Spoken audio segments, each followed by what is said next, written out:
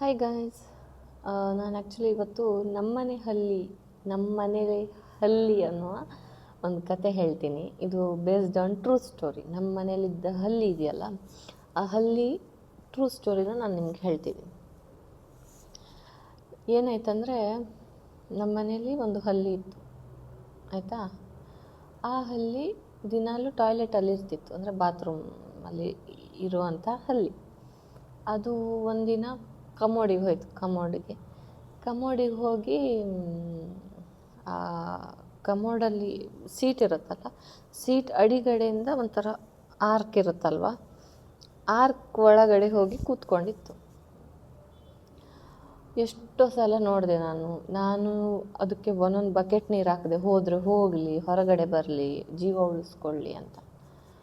ಆಮೇಲೆ ಟಾಯ್ಲೆಟ್ ಬ್ರಷಿಂದ ಅದನ್ನು ತೆಗೆಯೋದಕ್ಕೆ ನೋಡಿದೆ.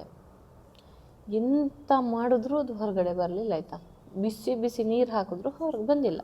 ಇಲ್ಲಿ ಯಾವುದೇ ತರಹ ಪ್ರಾಣಿ ಹಿಂಸೆ ನಾವು ಮಾಡಿಲ್ಲ, ಅದು ಅಟ್ಲೀಸ್ಟ್ ಹೋಗಲಿ, ಜೀವ ಉಳಿಸ್ಕೊಳ್ಳಿ ಅಂತ ಮಾಡಿರುವಂಥದ್ದು.